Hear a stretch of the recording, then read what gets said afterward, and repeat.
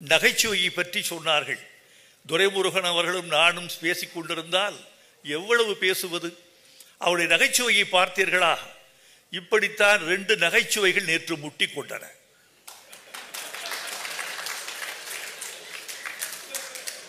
நான் 2 பேருக்கு மத்தியில் அகப்பட்டு நசுங்கி விட்டேன். இந்த பக்கம் ரஜினி, என் ஆருயிர் கலை சகோதரர், இந்த பக்கம் துரை அவர்கள், என் ஆருயிர் அரசியல் தலைவர். இந்த 2 பேருக்கு மத்தியில் அகப்பட்டு 2 பேருக்கும் நல்ல பிள்ளையாக வேண்டும் என்றால் நீ என்னவாக இருக்க வேண்டும் என்பதை நீங்கள் தெரிந்து கொள்ளுங்கள்.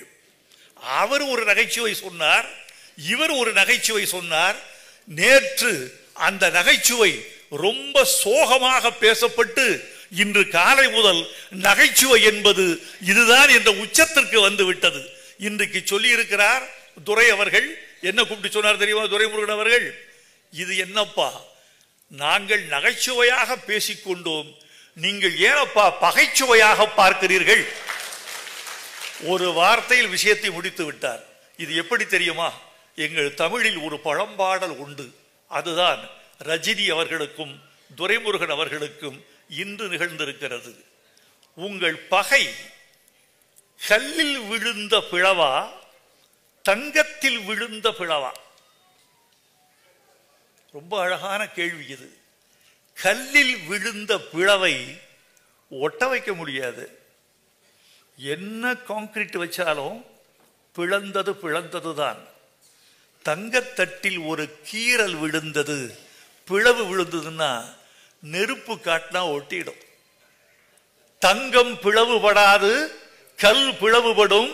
2 தங்கங்கள் இன்று மீண்டும் ஒன்று சேர்ந்து விட்டார்கள் என்பதுதான் இந்த பிரச்சனைக்கு தீர்வு என்று நீங்கள் கரவொலி செய்து இந்த 2 பேருக்கும் வாழ்த்து தெரிவிக்க வேண்டும் என்று நான் விரும்புகிறேன்.